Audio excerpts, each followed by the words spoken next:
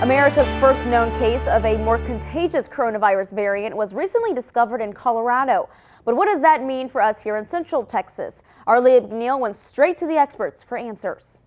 Well, first off, healthcare professionals I spoke to say it's completely normal for a virus to mutate and change. In fact, studies show COVID-19 has at least one mutation in its genome every 2 weeks, but this particular strand has more than one. The variant confirmed in Colorado thanks to the not so widely used sequence testing. We're doing a common test for positive versus negative, but of all the 17 million cases of COVID in the US, we've only done sequencing on about 51,000 of those. The Colorado State Laboratory confirmed the B117 variant through a detailed analysis of the strand. Colorado public health officials say the variant they found was in a man in his 20s with no travel history. With this preliminary information, Karen Purcell with Advent Health says, with the assumption that he's had no international travel and they haven't yet traced it to an international person exposing him, I think that just reiterates that potentially this variant of COVID-19 has been in the US and is out there. And again, we're just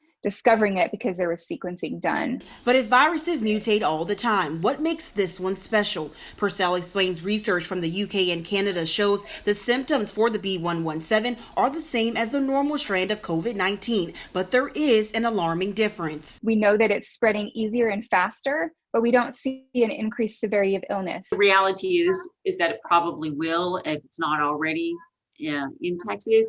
It's just one more part of the virus that we have to deal with. While it's too early to say what impact this strand will have on Central Texas, Kelly Crane with the Public Health District in Waco-McLennan County says this does not change the precautions we've been taking since March. It's already something that we've seen that can spread efficiently, so this just amps it up one more notch. We just have to be aware that, yes, this virus is serious, it spreads very easily, and there are things that we can do to slow it down, though. The CDC says they are working to understand how the different strands of COVID work, how they are alike, different, and if their current vaccines hold up their efficacy. Dr. William Schaffner, an advisor to the CDC, says at this time, about 99% of the mutations are the same, so the vaccines should work. However, they are doing more tests just to be sure. The CDC is also launching a new task force come January that will be solely focused on researching and identifying COVID-19 variants. Their first targets will be on the areas they classify having high variant spread,